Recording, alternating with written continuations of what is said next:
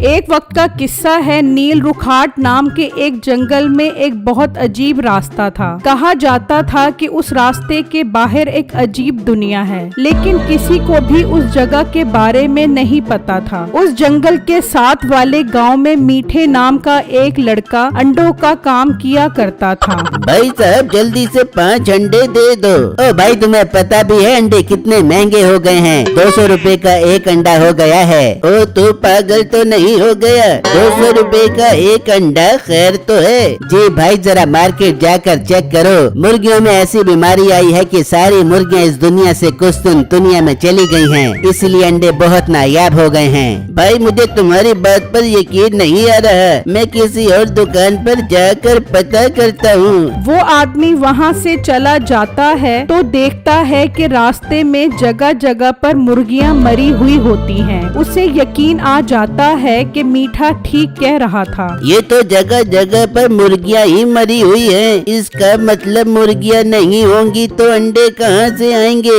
मौका बहुत अच्छा है, मैं सेठ साहब को जाकर बताता हूँ। वो आदमी गांव के सेठ के पास चला जाता है। सेठ साहब मैं आपके पास बहुत अच्छी खबर लेकर आया हूँ। क्या खबर लेकर आए हो? वो आदमी सेठ को सारी बात बताता है, जिसे सुनकर वो भी हैरान हो जाता है। हाँ सुना तो मैंने भी है कि बीमारियों की वजह से सारी मुर्गियाँ मर गई हैं और अंडे बहुत नायाब हो गए हैं। जी सेठ साहब मौका बहुत अच्छा है, मीठे के पास बहुत सारे अंडे हैं, आप उससे खरीद लो। उनका रेट बहुत ज्यादा बढ़ जाएगा, फिर आप उन्हें बेचना तो मुनाफा भी बहुत ज्यादा होगा। बात तो तू बिल्कुल ठीक कर रहा है, चलो फिर उससे सारे अंडे खरीद कर आते हैं। वो सेठ अपने मुलाजमों के साथ मीठे की दुकान पर पहुंच जाता है और उससे अंडे खरीदने का कहता है। सेठ साहब बड़ी माजरत के साथ अब मैं इन अंडों को नहीं बेच सकता, क्योंकि अंडों की कीमत दिनों में नहीं बल्कि घंटों के हिसाब से बढ़ रही है, इसलिए मैं ये अंडे नहीं बेचूंगा, बल्कि जब एक अंडे की कीमत 1 लाख रुपए होगी तब बेचूंगा।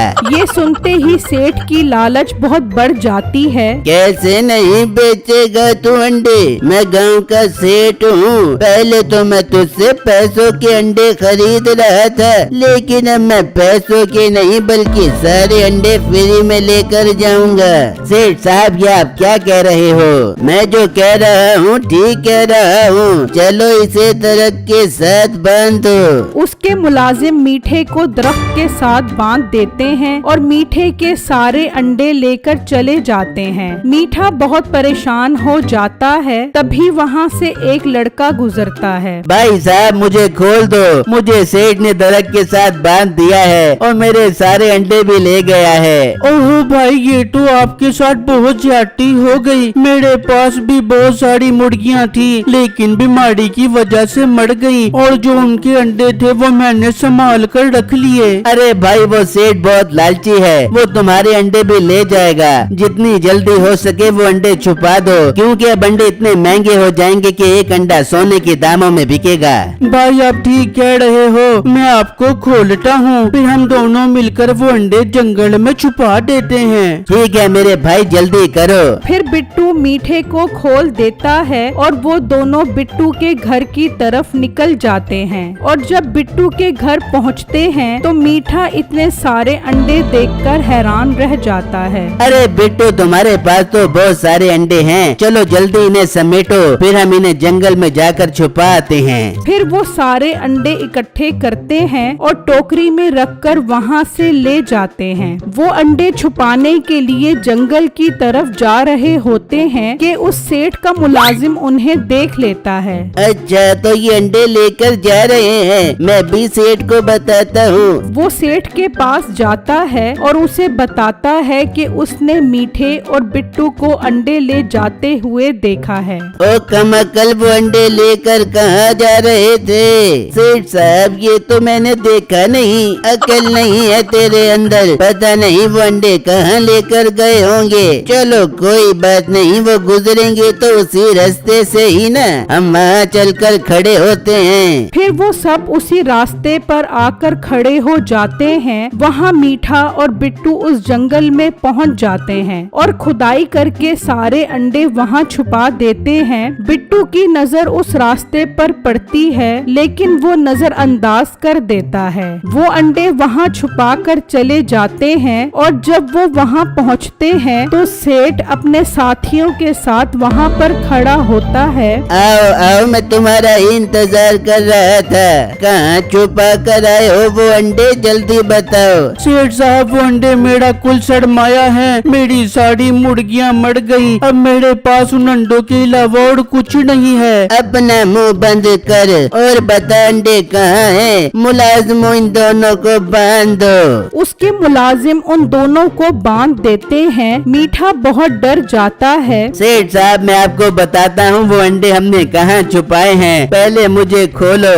मीठे भाई, ऐसा मत करो, इन्हें उन अंडों के बारे में मत बताना, वरना ये सारे अंडे ले जाएंगे। बेटू, अगर मैंने अंडों का ना बताया तो ये मुझे ले जाएंगे और डंडे मार मार के मेरा पिछवाड़ा लाल कर देंगे। मैं इन्हें बता रहा हूँ। मीठा उन्हें बता देता है कि वो अंडे कहाँ छुपा कर आए हैं। सेठ अपने मुलाजमों को वो अंडे निकलवाने के लिए कहता है। सेठ साहब, अब तो मैंने बता दिया है, अब तो मुझे खोलो। सब्र कर, पहले मेरे मुलाजिम अंडे तो निकालना है, फिर मैं तुम्हें खोलूंगा। उसके मुलाजिम चले जाते हैं। बिट्टू अब बहुत उदास और परेशान हो जाता है कि अब उसके सारे अंडे सेठ ले जाएगा। वहाँ वो मुलाजिम जमीन में से सारे अंडे निकाल लेते हैं और सेठ के पास आ जाते हैं। बहुत अच्छा काम किया है तुमने, कोई अंडा रह तो नहीं गया वहाँ? नहीं नहीं सेठ साहब, हमने सारे अंडे निकाल लिए थे वहाँ से। चलो अब तुम इन्हें खोल दो, हम ये अंडे लेकर जा रहे हैं। फिर वो उन दोनों को खोलने लग जाता है और सेठ वो अंडे ले जाता है। और जब वो घर पहुँचता है तो वहाँ पर दूसरे मुल्क से कुछ लोग आए हुए होते हैं। हमको पता लगे कि तुम्हारे पास बहुत सारी अंडी है, हम तुमसे सारी अंडी खरीदना चाहते।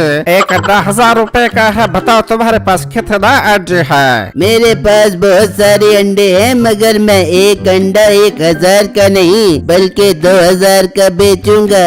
2000? ये तो बहुत ज्यादा कीमत है। चलो मैं मशवरा करती, फिर तुम्हें कल आकर बताती है। वो वहाँ से चला जाता है और सेठ बहुत खुश होता है कि अब तो वो करोड़पति बन जाएगा। वहाँ बिट्टू उदास होकर उसी जंगल में आ जाता है। इन जालिमों ने तो यहाँ एक अंडा भी नहीं छोड़ा। एक अंडा भी होता तो मैं उसे बेचकर खाने पीने के लिए कुछ खरीद लेता। ऐसी जिंदगी से तो बेहतर है मैं खुदकुशी कर लूं। बिट्टू उस रास्ते की तरफ बढ़ता है और उसके अंदर चला जाता है तो वहाँ पर एक तालाब होता है। यार, ये तो बहुत अजीब जगह है। इस सूखे जंगल में तालाब भी है। हो सकता है इसमें मछली हो। मैं इसे पकड़कर पकाकर खाऊंगा, कम से कम मेरा पेट तो भर जाएगा। वो वहाँ से एक पत्थर उठाता है और उस तालाब में फेंक देता है तो अचानक वहाँ उस पत्थर की खेती उग आती है। बिट्टू ये मंजर देखकर हैरान रह जाता है। अरे ये तो गजब हो गया, ये तो जादुई जगह है। मैंने पत्थर फेंका तो पत्थर की खेती उगाई। अगर मैं इसमें अंडा फेंकूं तो हो सकता है अंडे की खेती उग आए। मैं सेठ के पास जाता हूँ और उससे एक अंडा लेता हूँ। वो वहाँ से चलता है और सेठ के पास आ जाता है। सेठ साहब, आपने मेरे सारे अंडे ले लिए, मेहरबानी करें मुझे सिर्फ एक अंडा ही दे दें।